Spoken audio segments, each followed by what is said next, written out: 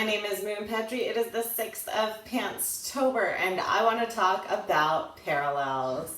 So in this instance, what I mean is when there is a storyline that is echoed in a subplot by a storyline that in some way helps to highlight something about the main storyline.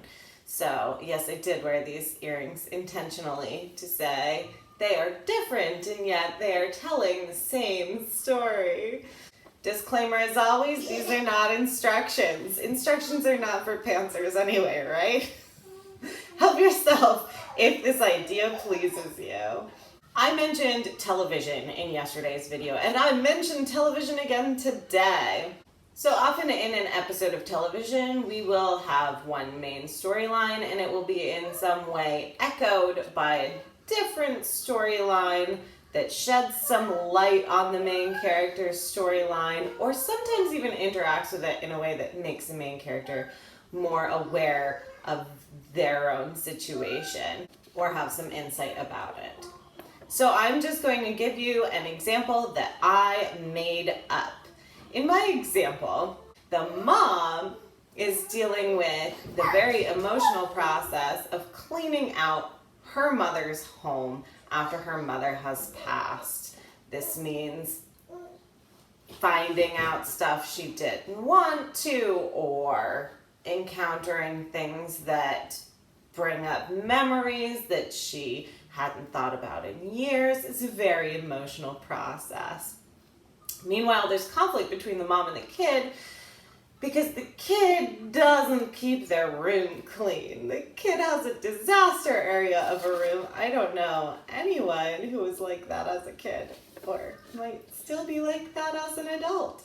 As the kid finally cleans out their room, they are coping with finding the remnants of what is now an ended friendship, and so they are facing their own losses in a similar way to how the mother is.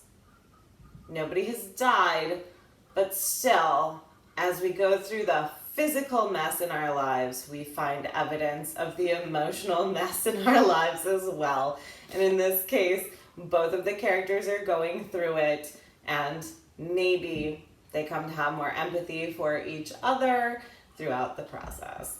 Another thing that's often used is a metaphorical parallel. So for example, if a person has been complacent and quiet and smiled with gritted teeth and put up with stuff for a long time and is not putting up with it anymore at a time when, they have a plumbing problem and pipes burst in their house, that would be a metaphorical parallel.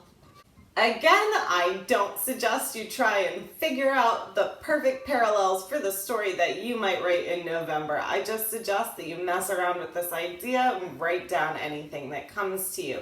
You may end up using some of them in this story, in another story that you write in 2025, who knows, or you might just get better at thinking about this possibility and how you could use it, and then it will be easier in future or while drafting to come up with subplots that provide thought-provoking parallels. Until tomorrow, I am Moon Petrie, and I hope you have fun with this.